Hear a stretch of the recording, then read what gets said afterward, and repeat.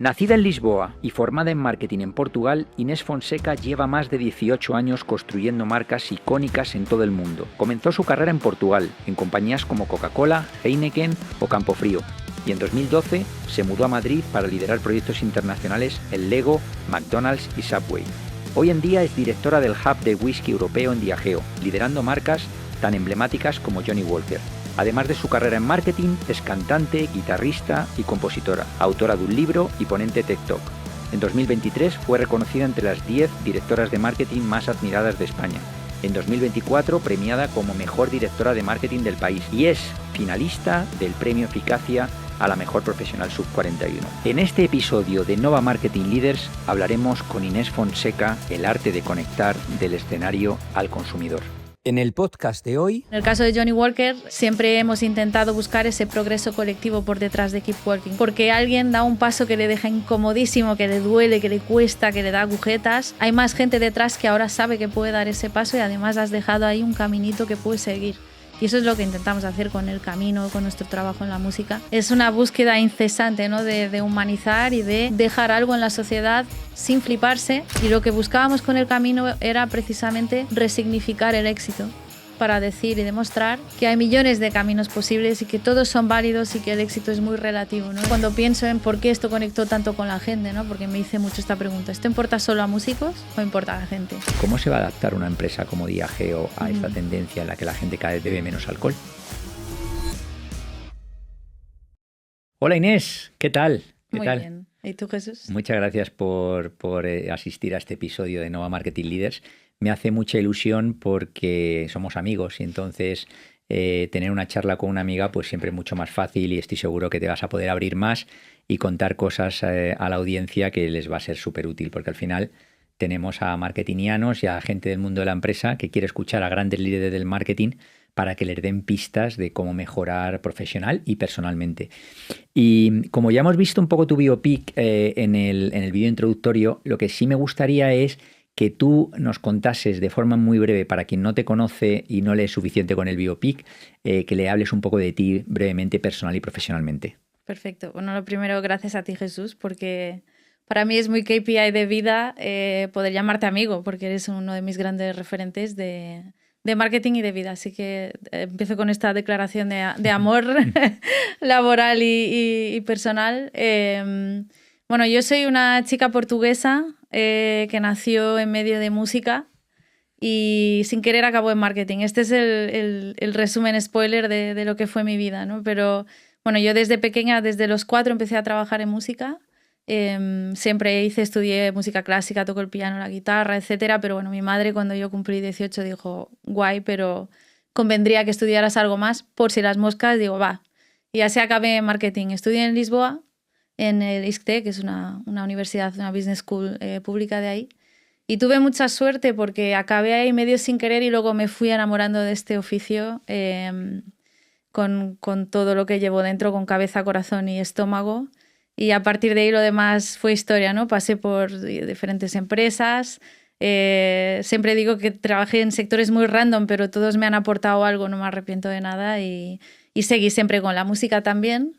Así que considero que soy una gran activista de decirle a la gente que puede vivir un poco a su manera y hacer las cosas que cree que son de su identidad, ¿no? Porque a veces el mundo corporativo creo que intenta indicarnos un camino cuando hay infinitos, ¿no? Entonces soy como muy apasionada por eso. Genial. Venga, pues empezamos. El primer bloque habla sobre tu trayectoria y carrera internacional y volviendo a los orígenes del inicio de tu carrera profesional, están ahí Coca-Cola y Heineken, dos grandes empresas. ¿Qué te enseñaron esas dos empresas para cómo construir marcas que conectan con la gente? Bueno, yo en esas dos empresas creo que sobre todo aprendí a trabajar, porque es algo que se nos olvida después de 18 años o 20 años trabajando, que aprender a hacer todo, ¿no? Lo que es una agencia, lo que es un arte final, lo que es un presupuesto. Yo ahí aprendí a caminar.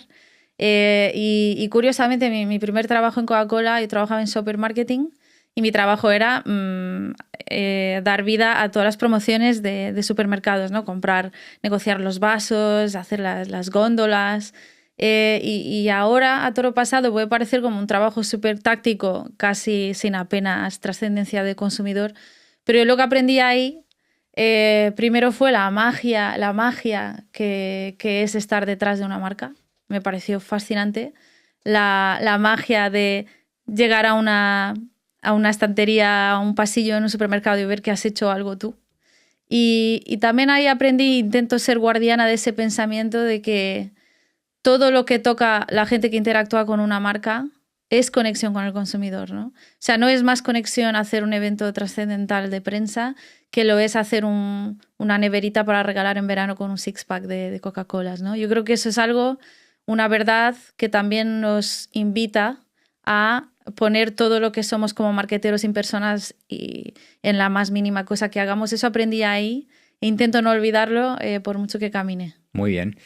Y luego después te mudas a Madrid en el 2012, empiezas a trabajar en Lego y luego de Madrid das el salto a Sao Paulo.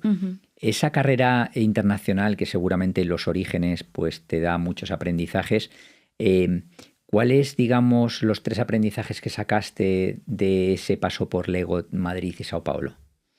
Bueno, hay una cosa que creo que es interesante decirte de primeras, que es que yo tengo la carrera internacional que nunca quise tener, ¿no? Porque yo me vine a Madrid porque me enamoré de un español, no fue ninguna jugada de carrera, y aquí sigo 13 años después y de momento aquí seguiré. Pero es algo que me ha ido siempre sumando. Yo cuando miro a Portugal, España, Brasil, que son los 3 países donde trabajé así más afincadamente,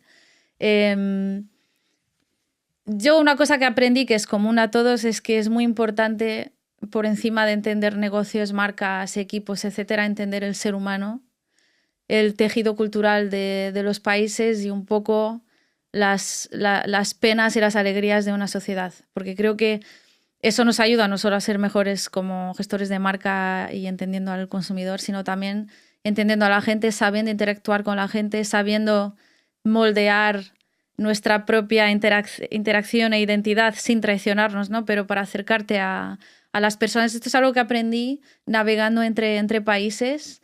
Creo que también en España aprendí aprendí sobre el poder que tiene no tomarse demasiado en serio. Yo creo que Portugal tiene un punto de formalidad que yo ya perdí un poco porque ya llevo demasiados años en España. Siempre digo que si trabajara ahí ahora me echarían por maleducada porque ahí es todo mucho más formal, pero lo que me flipa de este estilo más informal español es que me parece que conlleva una entereza y una autoestima de que no tiene miedo de tratarse de tú a tú, de bajarse del pedestal.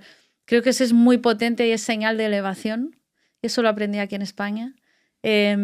Por otro lado, con Portugal también, sobre todo de la publicidad portuguesa, que a mí me encanta ir a los festivales de los 2 países, fui aprendiendo como que hay una cierta ligereza que quizás hemos perdido un poco en España, ¿no? El humor, el ser ingenioso, el tener siempre los presupuestos más bajos, ¿no? Te da como un ingenio. Buscarte la vida. Sí, buscarte la vida en plan bien, ¿sabes? El conseguir hacer cosas inteligentes, guays. Yo creo que eso también me nutro mucho de Portugal.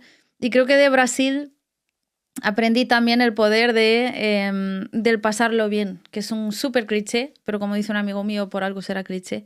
Pero el pasarlo bien, el mirarse a la cara, el ser amigo, el conocerte de un día, invitarte a un bautizo. Yo creo que eso es algo, hay un romper de paredes ahí que te lleva a grandes cosas y que intento traer conmigo también desde que volví hace 10 años ya de Sao Paulo. Muy bien. Y luego después dejas Lego y entras en una empresa de alcoholes.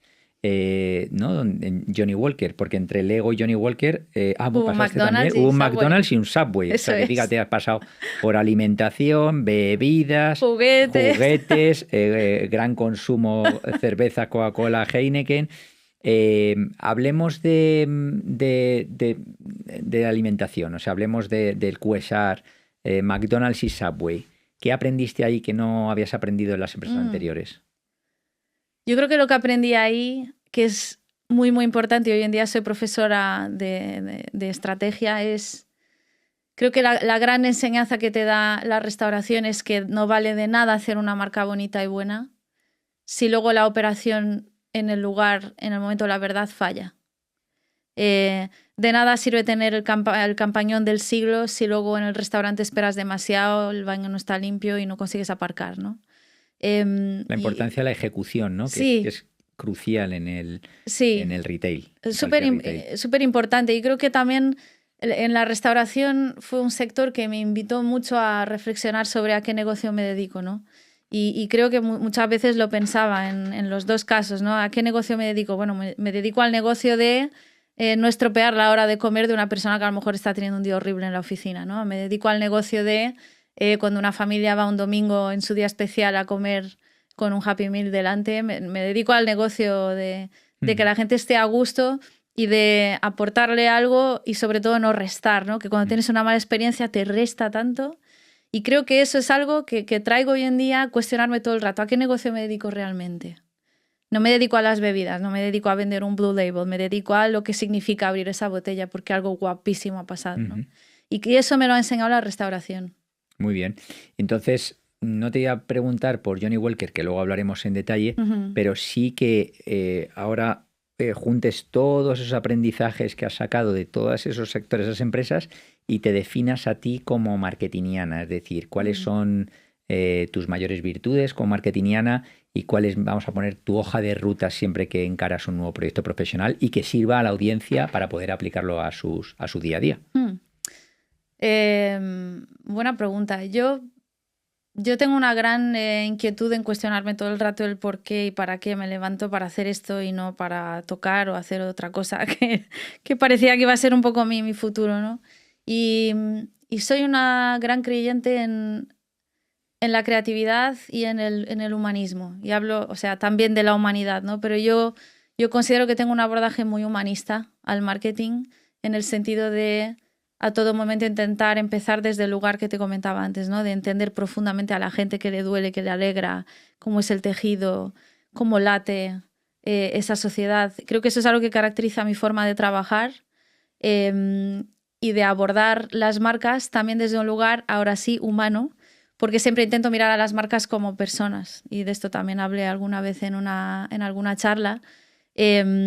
Conocerlas. Siempre hay una cosa que aprendí en Lego, donde teníamos showrooms enormes 2 veces al año, donde yo tenía que saber enseñar, demostrar cada juguete y explicarlo a cualquiera que se acercara. Y una cosa que yo hacía y que sigo haciendo es encerrarme horas sola con el producto, sin leer PowerPoints ni nada. El mirarlo, el que lo decimos a veces de broma en Diageo, como sí, Inés va a hablar con la botella y luego la botella le habla, ¿no? El mirarte a los ojos, el escuchar, el estudiar de dónde vino la historia. Yo creo que tengo este abordaje humanista y humano que también me hace mucha ilusión ver que es como me ve la industria, ¿no? Hace poco me nominaron para los EFIs, la categoría esta de Sub-41, y me decían, por su perfil humanista y su defensa de la creatividad, digo, pues si a todo el mundo se le olvida todo lo que hice, si recuerdan esto, habré tenido éxito bajo mi concepto. Fue muy bonito eso. Y recogiendo digamos, este comentario o esta respuesta tuya, tú has comentado en algunas entrevistas que para ti la publicidad es el espejo y el motor de cambio. ¿Qué nos está diciendo ese espejo ahora mismo a todos los marketingianos? Bueno, yo creo que el espejo que tenemos ahora mismo en publicidad nos arroja, yo creo, una imagen de una sociedad que sigue avanzando de forma paulatina, pero en el buen sentido, ¿no? Con una serenidad y una seguridad en los pasos, avances en la sociedad, en cómo, por ejemplo, ponemos a la mujer en la publicidad, en cómo hablamos de los productos, en cómo somos cada vez más éticos, en cómo cada vez menos vale todo, ¿no? Que miramos a publicidad de los años 50 y decimos, madre mía, ¿cómo podían decir esto, ¿no? Yo creo que eso es algo bueno porque nos invita a ser mejores, a ser más conscientes, más... yo creo que arroja una imagen de una sociedad que me gusta ver que está avanzando. Sin embargo, también arroja una imagen pues de un mundo que está en permanente cambio, un mundo que vive con un poco de miedo. Y también esto ya es más hacia nosotros mismos de dentro de la industria. Creo que también cuando miro al espejo de la publicidad ahora me pregunto muchas veces dónde vamos a poner ese equilibrio entre la creciente capacidad de medir todo, que está interesantísimo y obviamente el rigor es parte de nuestro trabajo, pero dónde dejamos esa esa salvaguarda de la parte de arte, de sensibilidad que conlleva este oficio también. Me pasa mucho también mirar a la publicidad y ver una cierta tendencia a ser fría, cada vez más fría, porque claro, lo que no puedes medir te quita ese calorcito como marketeer de como decida algo que luego no pueda bien blindar y justificar a ver qué me va a pasar, ¿no? También me arroja un poco esa reflexión que no me preocupa, pero me ocupa, de ojalá no perdamos esa valentía de decidir sin el calorcito de los números. Muy bien. Y cogiendo esa valentía, eres parte del proyecto Una de Dos, que básicamente ayuda a digamos, a la igualdad, ¿no? En cuanto a tema de oportunidades hombre-mujer dentro del mundo creativo. ¿Por qué estás metida en ese proyecto y qué es lo que quieres lograr de él? Bueno, yo estoy metida porque una cosa que creo que es muy interesante, ¿no? Cuando debatimos temas sociales de la evolución del ser humano, ¿no? Hay un montón de divergencia de opiniones y eso es sano, ¿no? Porque es el oxígeno de la democracia. Pero creo que donde podemos todos sentarnos en la misma mesa, reunirnos, es cuando hay datos, ¿no? Y cuando hay datos ya no es tan opinable. Y eso es lo primero que me llamó a participar en este proyecto, que es que cuando tú miras a la industria creativa, bueno, a los puestos de creativos dentro de las agencias, en los lugares más junior es bastante 50-50, o sea que no es una profesión que digamos, es que es súper masculina, o como puede ser una ingeniería o tal. Sin embargo, cuando miras hacia arriba a la dirección ejecutiva de las agencias del departamento creativo, hace 2 años tan solo un 20% eran mujeres, ¿no? Y eso es a lo que se dedica Una de Dos, es intentar cerrar esa brecha, entender por qué en el camino hacia arriba se caen tantas mujeres, qué es lo que pasa. También me pareció espectacular lo inclusivo que es el diálogo de Una de Dos, ¿no? No he estado en ninguna reunión de Una de Dos donde solo estemos mujeres, sino que estamos todos juntos luchando por un mismo objetivo, que es entender qué falla y ponerle remedio, ¿no? Y es verdad que cuando miramos al universo de agencias que están dentro de Una de Dos, esos 20% suben a 30%, pero es una evolución, en mi opinión, aún demasiado paulatina. Muy bien. Como que hay una intención, hay bastante acuerdo en que estos números son lo que son. Queremos avanzar, pero necesitamos que mucho más gente se sume, sobre todo también del lado de anunciantes, porque no queremos que 1 de cada 2, por eso Una de Dos, directores creativos sean mujeres solo porque sí. Que también, ¿no? Porque ¿qué pasa, no? Pero también porque si tú no tienes un tejido más representativo de lo que es la sociedad que luego ve tu publicidad, eres naturalmente incapaz de ofrecerle un espejo, ¿no? Que sea más justo y más reconocible. Totalmente. Y eso los anunciantes también en última instancia lo necesitan, y si no lo empujan también las agencias solas no pueden. Genial. Muy bien. Pues vamos a pasar, si te parece, al segundo bloque, que habla de tu liderazgo y construcción de marcas dentro de Diageo. ¿Digo Diageo o digo Diageo? ¿Cómo queda? Bueno, Diageo queda más, como es... Como más guay, más moderno. Guay, ¿no? Bueno, en España Diageo, pero los guiris Diageo. Vamos a dejar Diageo. Okay. Has dicho que, bueno, que las marcas antes, has comentado que tienen que ser el motor de cambio de la sociedad. ¿Cómo estás aplicando tú ese principio a las marcas que llevas en Diageo? Bueno, pues yo hasta ahora llevé JB Johnny Walker, o sea, bastante consistente en cuanto a whisky en ese sentido. Y creo que esto también va muy de la mano del tema del enfoque humanista del que te hablaba antes. En el caso de JB, cuando yo entré para reposicionar la marca, que luego culminó en aquel Hay Ganas primero que hicimos de post-COVID, ¿no? De todo lo que queríamos hacer, la visión un poco que intenté imprimir ahí era como... En el caso de JB es una marca que es para todo el mundo. Es quizás la única que es para todo el mundo. De abuelos, de nietos, de chonis, de pijos, es que no importa. Es una especie de pegamento de hilo dorado que conecta lo inconectable, que es lo que hacía especial a JB, ¿no? Y eso luego derivó en una estrategia que lo que buscaba era reivindicar que si tú eres la marca para todo el mundo, si hay alguien que por alguna razón no está en la fiesta, no puede ser. Hay que entonces eliminar esa barrera, ¿no? Y esa estrategia luego derivó en distintas cosas ya pues mi reinado, digamos, entre el Sí, que fue la campaña esta que todo el mundo conoce, ¿no? La más premiada de la historia del CDC, el Orgullo de Pueblo, más tarde el Mi Gran Noche, que ayer mismo ganaron también un oro en los EFIs con con el The Invisible Room, ¿no? Del tema de discapacidad y salir de fiesta, que a mí me deja muy orgullosa. Yo creo que el mayor KPI de éxito cuando pasas por una marca, y tú también has pasado por muchas y por eso también te tengo de referente, es cuando tú sales de la marca, la hora y la verdad del trabajo que dejas es que siga mejorando sin ti. Totalmente. Y a mí me flipa. Ayer estaba en los Fs y digo, qué guay que siga vivo, ¿no? Es porque había algo ahí que había que hacer. Y en el caso de Johnny Walker, siempre hemos intentado buscar ese progreso colectivo por detrás de Keep Walking, ¿no? La idea de que porque alguien da un paso que le deja incomodísimo, que le duele, que le cuesta, que le da agujetas, hay más gente detrás que ahora sabe que puede dar ese paso y además has dejado ahí un caminito que puede seguir. Y eso es lo que intentamos hacer con el camino, con nuestro trabajo en la música. Y en ese sentido es una búsqueda incesante, ¿no? De humanizar y de dejar algo en la sociedad sin fliparse, porque a veces hay marcas que dan pasos quizás demasiado fuera de donde no hacen pie en la piscina de las cosas. Pero es un poco de esas dos maneras, en esas dos marcas, lo que he buscado un poco traer. Bueno, ahí mencionar, porque además tenemos ahí amigos en común, al ruso de Rocky, que fue y es la agencia que os ha ayudado y que ha hecho un trabajazo.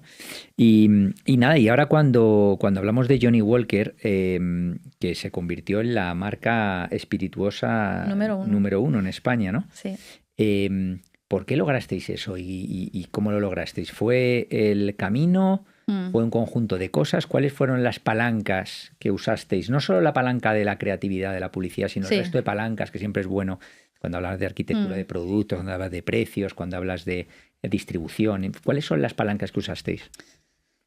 Pues lo primero que, bueno, si me hicieras la pregunta del inicio, de qué aprendizaje has sacado de Johnny Walker, bueno, muchas cosas, pero una de ellas es un refuerzo de la noción de que este trabajo es tan colectivo y las marcas es un trabajo tan colectivo que a veces en esta industria de egos de la que formo parte, tampoco voy a ir de ser de luz, ¿no? A veces se nos olvida que es un curro muy colectivo. Yo creo que en el caso de Johnny Walker hubo aquí un esfuerzo muy conjunto entre una parte mucho más comercial, ¿no? De distribuir, de estar, de poner el precio bien, de atacar, de ir con la gente enamorada, ¿no? De casi ponerte de KPI no oficial que te guarden el número de teléfono como Juan de Johnny Walker, ¿no? Hay un tema aquí de orgullo, de empuje comercial que obviamente fue muy, muy importante en este viaje y a la vez nosotros desde la marca lo que hemos hecho fue un poco captar a la gente o intentar conquistar a la gente desde un lugar muy racional y luego desde un lugar muy emocional, ¿no? El lugar racional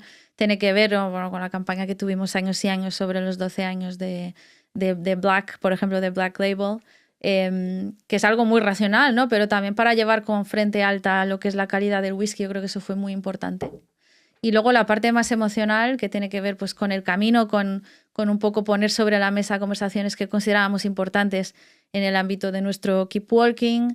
Y luego también creo que una parte que fue clave fue entender que cuando buscamos generar experiencias para la gente, ¿no? Como puede ser, nosotros en España patrocinamos más de 30 festivales, es todo el rato ir a eso con la noción de que tú no importas nada, tu trabajo no importa nada y la marca a nadie le importa. Es decir, nadie dice, ay, qué día tan bonito, voy a Mad Cool a ver qué ha dicho Johnny Walker. Pues no, a nadie le importa y creo que esa noción de que tú eres lo que menos importa te obliga a entonces romperte la cabeza para llevar algo que aporte algo y que realmente la gente vaya y diga, guau, qué guay, ¿no? Y este año, por ejemplo, teníamos un estudio de música donde cualquiera entraba y se grababa en un momento un videoclip que automáticamente se editaba y se le mandaba al móvil y de repente, qué guay, tenía ahí un... Aportar valor, ¿no? Sí, entrar un en las recuerdo. O bien porque aportas valor Eso o bien porque aportas emoción y es. entras como un juego o una lágrima. Claro, y yo creo que eso también solo se puede hacer con la noción profunda de que no importas nada. Uh-huh. No sé si me explico. Perfectamente.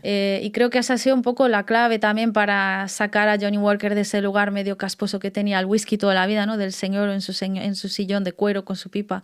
Y eso es lo que hemos conseguido. Es una marca que ha estado obviamente creciendo por encima de su sector, por eso ha subido hasta el número 1 y que hemos ido consiguiendo desmontar sesgo tras sesgo del mundo del whisky y a todo momento encontrarnos con la gente donde tenía sentido y de la forma que tenía sentido para la gente, no desde nosotros queriendo empujar Totalmente. algo.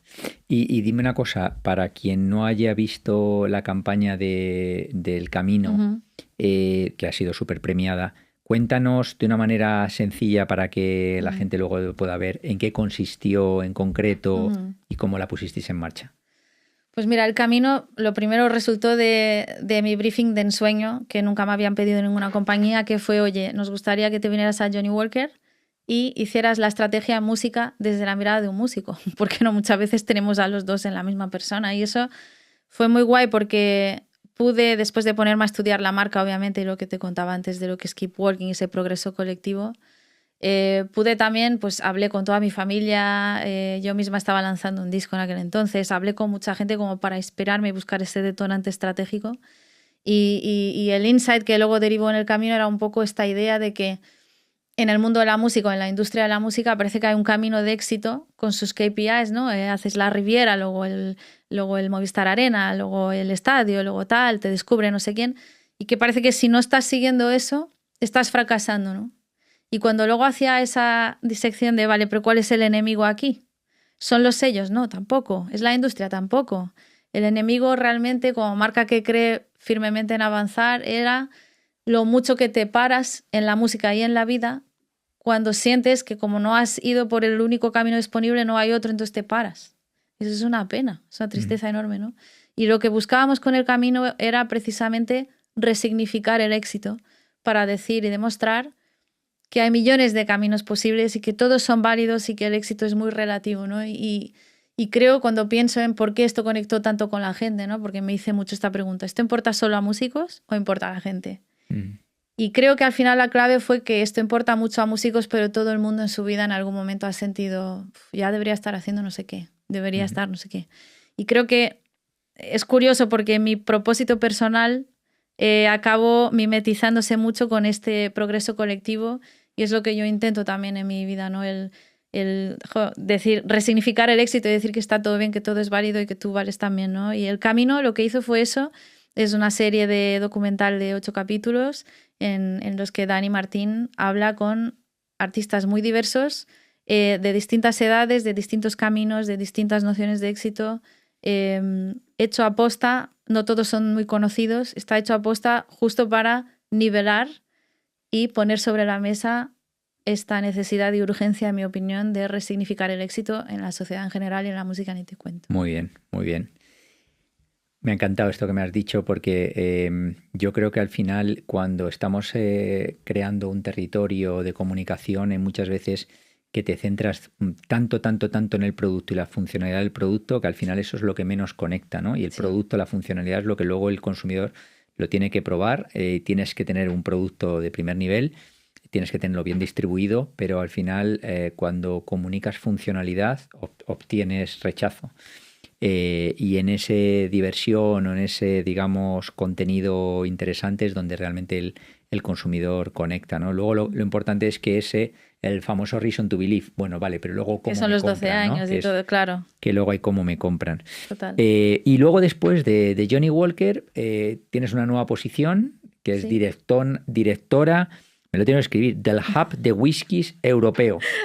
Menos mal que ya no hay tarjeta de visita. Pues sí, porque sí, necesitaría como los reyes antiguamente, los pajes reales que sacaban su rollo. Sí, yo misma tengo que mirar la chuleta. ¿Y en qué consiste la posición? ¿De qué te encargas ahora? Yo llevo 3 semanas en la posición, pero básicamente lo que hago, lo que haré es, ya no solo con Johnny Walker, sino con todas las marcas de whisky que tiene la compañía, que va desde un Batch 69 hasta un Talisker, un Oban, o sea, para mí es un trabajo de ensueño porque digo, a mí que tengo una inquietud intelectual enorme, como puedes ver por mi currículum, aprender todo el rato de cosas nuevas me fascina y luego la idea es un poco pues liderar esa estrategia y esa mirar a Europa quizás desde un lugar un poquito más helicóptero y ver cómo podemos avanzar y hacer cosas más grandes y más potentes. Así que estoy aquí descubriéndolo yo misma. Genial.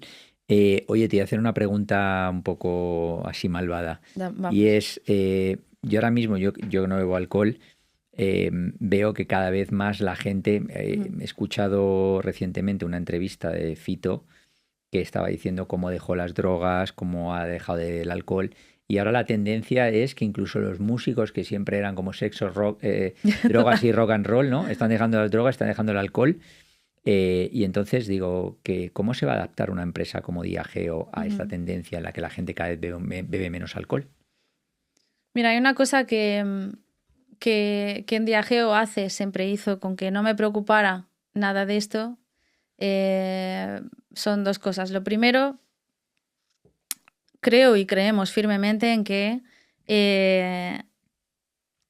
el mundo no está bien si todos consumimos alcohol sin moderación, ¿no? Es decir, en ningún momento nadie piensa en un mundo ideal donde la gente se machaca y consume más de lo que debería. Eso es lo primero, o sea que si va bajando y la gente bebe menos y además lo habla con la frente alta, yo lo considero un logro, porque lo que no era ok era cuando tú en una fiesta decías que no querías alcohol y la gente decía, eso es lo que no es ok. Entonces, desde Diageo, y yo también como persona de Diageo, como persona en general, considero que es algo muy positivo, ¿no? Que la gente lo lleve con la frente alta, porque es algo, cada uno tiene que hacer lo que sea mejor para sí mismo, ¿no?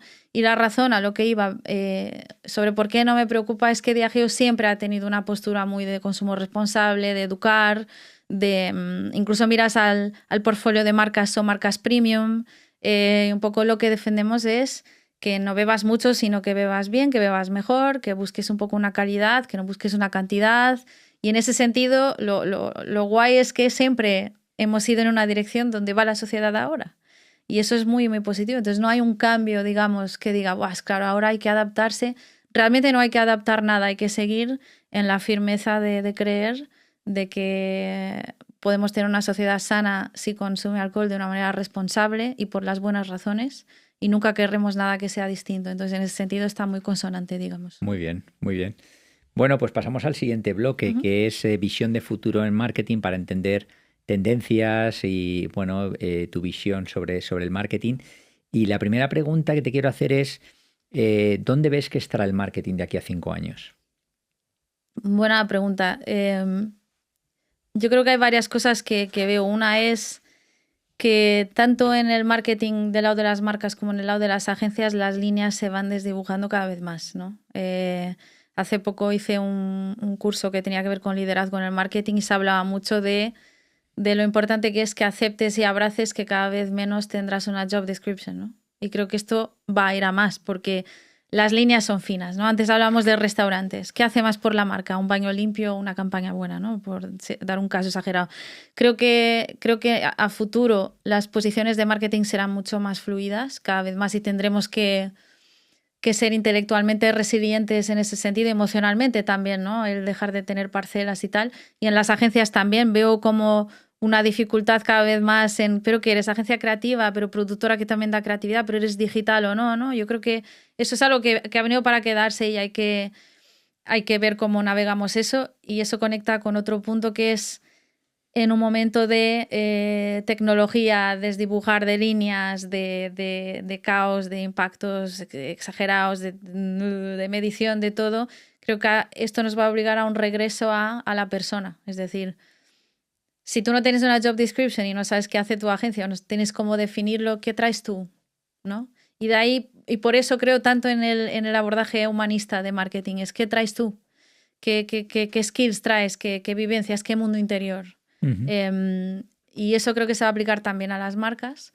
Y luego, a ver, por muy humanista que sea, creo que la IA es un súper cliché, ¿no? Vino para quedarse, y yo creo que ahí tampoco, nunca voy a ser la programadora de GPTs de Diageo o de ninguna empresa, ¿no? Pero creo que tengo obligación de formarme.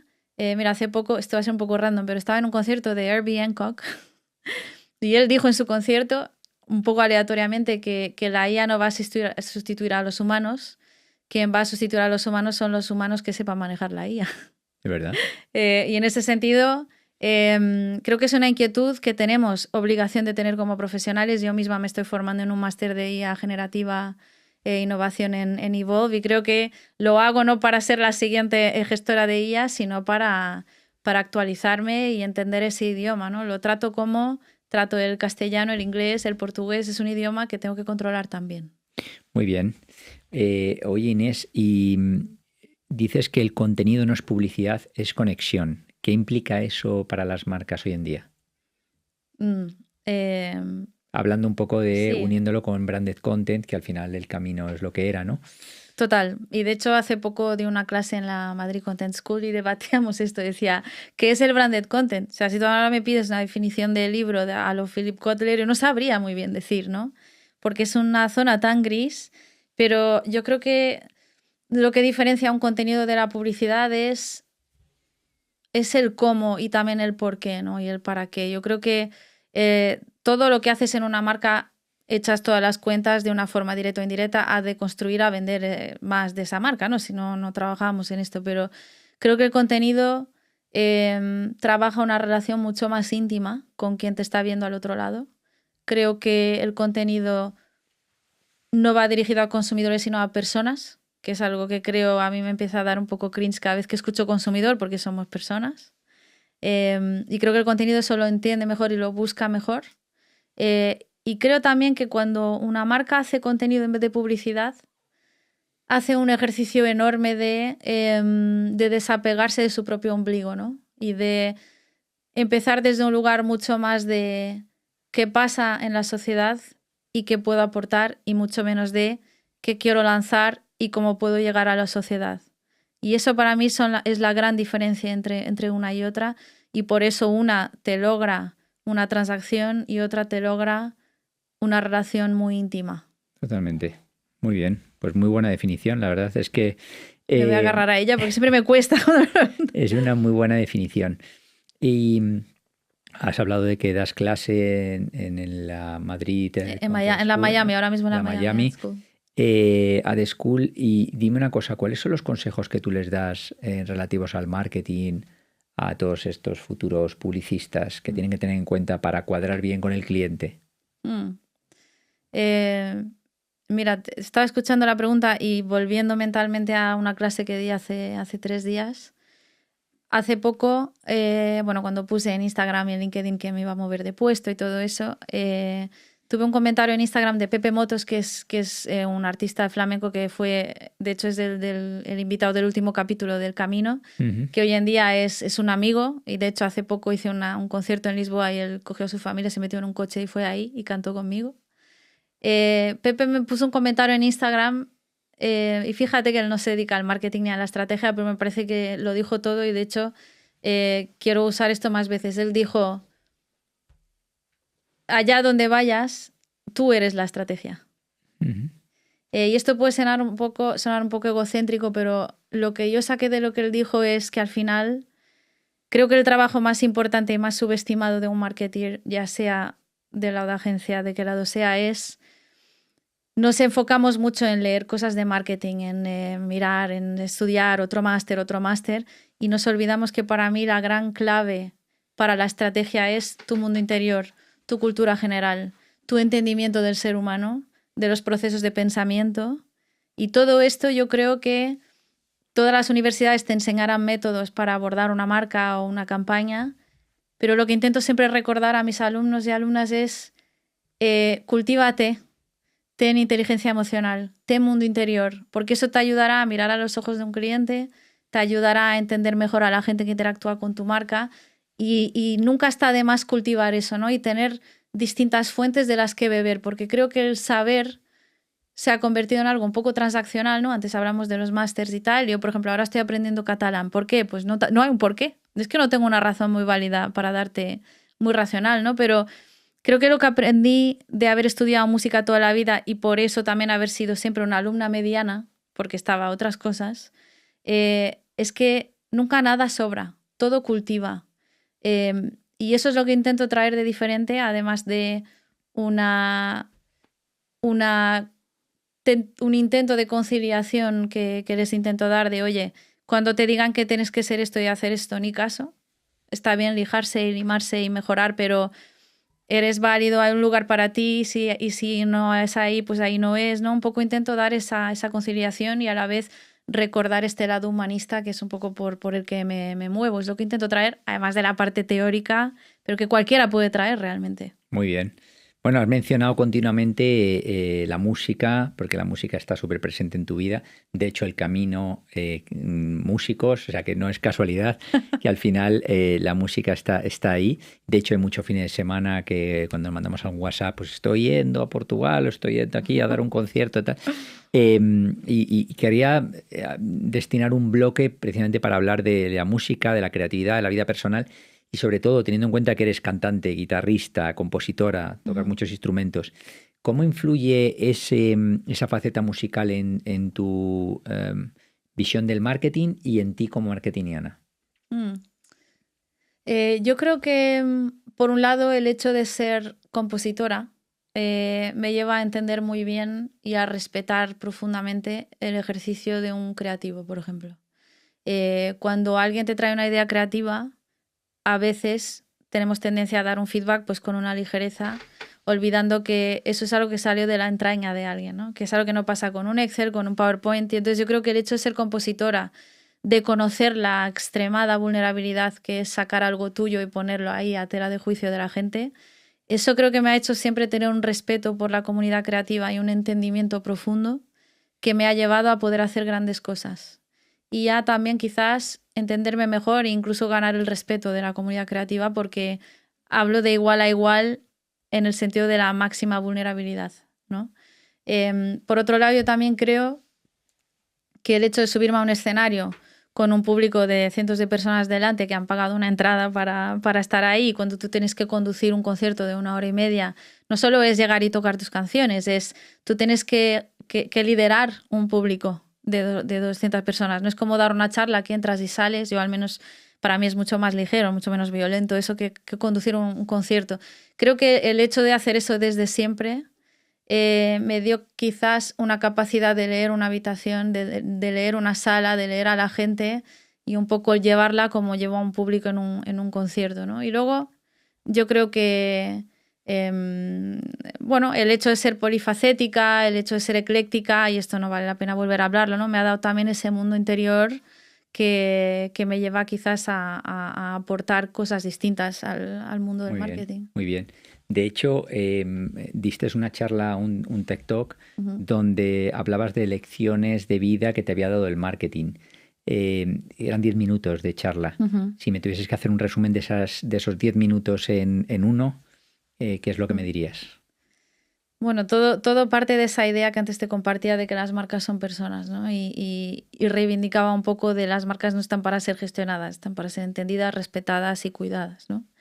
Y cuando hablaba de las lecciones y hacía ese paralelo, sobre todo hacía un ejercicio de reflexión sobre lo que aprendí con las marcas y que se aplica a la vida, ¿no? Por un lado, la importancia de ser honesto.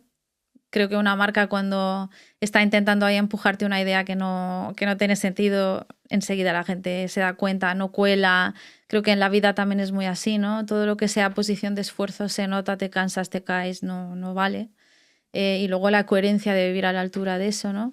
Y va muy alrededor de eso, ¿no? De ser honesto, de no olvidar de dónde vienes, de honrar tu legado, pero mirar siempre hacia adelante, no descansar ahí.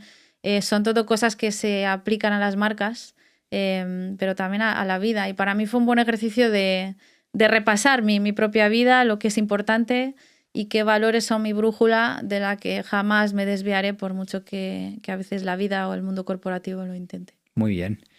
Oye, Inés, ¿qué te da el marketing que no te da la música y al revés? ¿Qué sacas de uno y de otro? Bueno, yo creo que, bueno, antes hablábamos de lo que me trae la música como marketera y creo que al revés también el ser marketera me trae una forma de pensar el set desde un concierto mucho más desde un lugar de storytelling o sacar un disco desde un concepto, desde una cosa. Yo creo que si no fuera marketer jamás hubiese pensado así en un disco, en un concierto, en una canción. Incluso cuando pienso en una canción visualizo un mundo de cosas alrededor de ella, ¿no? Y creo que eso me lo dio el marketing. Y luego también muchas veces recibo la pregunta, ¿no? De si ahora lo petaras en la música, ¿dejarías el marketing o tienes el sueño? Yo creo que no, porque lamentablemente o afortunadamente me enamoré de este oficio también con mucha entraña, ¿no? Quizás no seguiría en el mundo corporativo, pero creo que ya no podría disociarme de ninguna, porque la música, por un lado, es idioma. Estamos hablando de algo que yo hago desde que nací. Estamos hablando de mi forma de interactuar con mi propia familia. Es casi un idioma que tengo. Por otro lado, también es oficio. Y el marketing es algo que me sale muy de dentro desde un lugar de pasión, pero que también me permite utilizar el otro lado del cerebro que quizás la música no tanto, ¿no? Aunque, bueno, música también es matemática, una partitura es pura matemática, pero las dos me dan cosas tan distintas que creo que son muy complementarias, y lo que aportan es que yo utilice todo mi cerebro, digamos, el potencial que puedo tener, y también una y otra me va poniendo en mi sitio al servicio de la otra, ¿no? Y cuando vengo de un concierto arribísima, ya llego a mi trabajo el lunes y me pone en mi sitio, o al revés también, ¿no? Vengo del trabajo de los premios, de no sé qué, de que gané no sé cuántos premios, y de repente mando una canción no sé dónde y no la cogen. Es decir, que creo que también tienen una labor mutua de ponerme en mi sitio que considero sana. Muy bien. Y si tu carrera fuese una canción, ¿cómo se titularía? Quizás Under Pressure de Queen y David Bowie. No sé, esa sin lugar a duda, pero si me pongo un poco más romántica, hay una canción que yo escucho cantada por Tony Bennett, que es mi adoración más máxima, que se llama How Do You Keep the Music Playing? Y se refiere a las relaciones de pareja, ¿no? Toda la canción dice, ¿cómo haces para que la música siga sonando después de una vida entera ahí? ¿Cómo lo haces, ¿no? Para no perder esa magia y ganar esa familiaridad. Y creo que sería eso, porque yo, como mente inquieta y alma más inquieta aún, vivo en un permanente ejercicio algo sereno, porque es conciliado, de cómo puedo hacer que esto no se me haga obligación, ¿no? ¿Cómo puedo no perder este amor que tengo por los dos oficios? Mi mayor miedo es ser infeliz en la vida, es mi mayor pánico, y en el trabajo también. Y eso me da, girándolo a lo positivo, me da ese KPI constante de ¿tengo éxito o no? Mi pregunta siguiente, ¿soy infeliz o no? No pretendo ser feliz, porque considero que ser feliz es más un estado, ¿no? Pero quiero estar bien de cabeza, quiero dormir más o menos ok. Y creo que esta canción refleja bien esa búsqueda permanente de hacer que la música siga sonando, ¿no? Y que no me quede en silencio. Muy bien. Bueno, pues lo dejamos ahí, que está muy en alto. Y ahora vamos a pasar a un bloque muy especial para mí, porque es el bloque de Con ojos de periodista. Es la pregunta que mi madre, periodista de profesión, siempre hace a todos los invitados. Y esta es la pregunta que te ha hecho a ti. Inés, tú que has vivido el marketing desde tantos sectores y tan distintos, bebidas, juguetes, restauración, ¿tú crees que las marcas escuchan realmente al consumidor o hablan más de lo que escuchan? Me encanta la pregunta. Enhorabuena a tu madre, me encantaría conocerla, por cierto. Es una gran pregunta que abre un gran melón que no sé si terminaremos algún día de resolver, ¿no? Porque yo llevo al menos 18 años escuchando consumer centric, no sé qué, ¿no? Que es verdad que en el papel nos dedicamos a eso, ¿no? Y hacemos estudios de mercado, trabajamos en ese sentido. Entonces creo que en ese sentido sí escuchamos al consumidor. Para mí lo que es la trampa en la que caemos muchas veces es, siempre pienso y sigo pensando que cuando trabajas en marketing lo primero que pierdes es el sentido común. Te empiezas a meter en tus proyectitos, a hablar con tus acrónimos, no sé qué, y pierdes el contacto con la realidad, ¿no? Y creo que ahí tenemos que tener mecanismos de ser guardianes de ese sentido común, seguir saliendo, salir escuchando, seguir mirando, no quedarte en lo tuyo. Y hay un matiz que me flipa de la pregunta que hace tu madre, que es que habla de la palabra sentir. Creo que somos buenos en indagar qué piensa el consumidor, no somos buenos en indagar qué sienten las personas. Y volvemos a lo de antes, ¿no? Y creo que ahí hay que ser mejor. No perder el sentido común, porque al final del día muchas marcas tú las miras y están mirando a su ombligo, haciendo yo he venido a hablar de mi libro, ¿no? Eso es una marca muchas veces. Entonces creo que a la pregunta de tu madre es, hacemos las dos cosas, pero tenemos que ser mejores en hacer la parte de sentir y de no perder el sentido común. Muy bien. Y ahora pues tenemos el bloque de Reason Why. Natalia, editora de Reason Why, preparó 6 preguntas posibles y como no podemos hacer las 6, lo que hemos hecho es con este cubo de Rubik, tienes que tirar por favor el dado y en función de la pregunta que salga, pues te caerá o una u otra. Vale, me alegro que no tenga que resolverlo porque no podría. Venga, pues la número 2 y es la siguiente. ¿Cómo cultivas tu conexión con la cultura y tu conocimiento sobre la evolución de la sociedad? Bueno, yo creo que además de lo que comentaba antes del sentido común, que es importante guardarlo, yo creo que hay un tema de intentar no perder nunca esa mirada casi infantil, casi pueril al mundo, ¿no? El no perder ese ojo abierto, fascinado con todo lo que ve.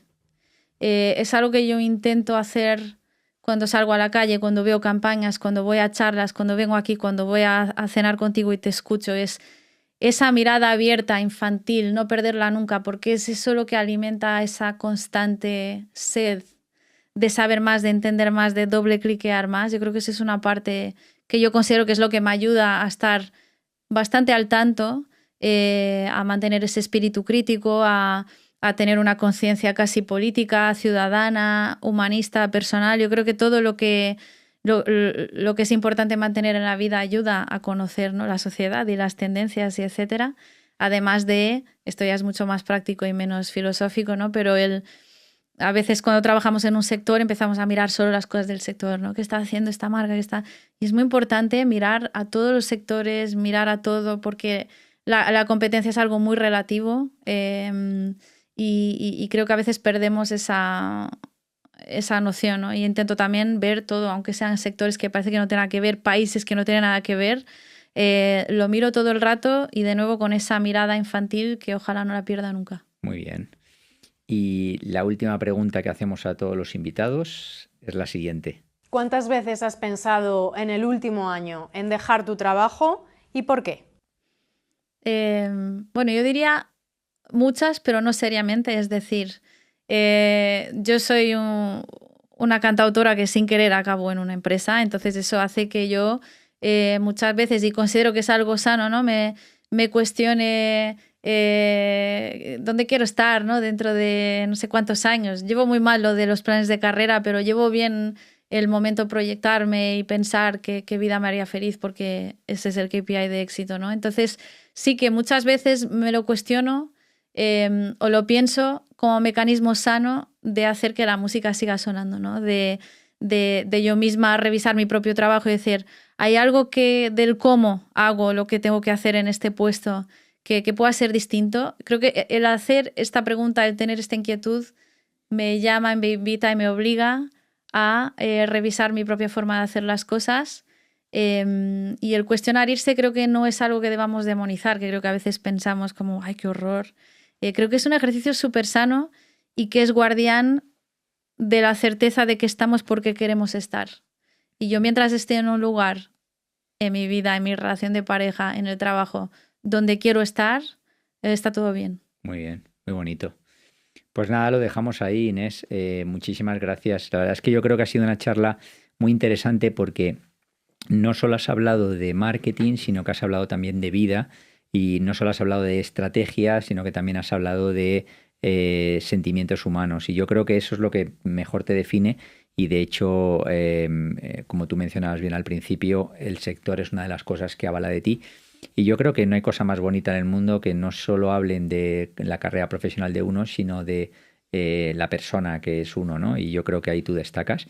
Y nada, desearte muchísima suerte en este nuevo puesto que seguramente, como decía tu amigo Pepe, lo lograrás, porque al final la estrategia eres tú. Muchísima suerte y aquí me tienes para lo que necesites siempre. Muchas gracias, Jesús. Gracias. Gracias por todo.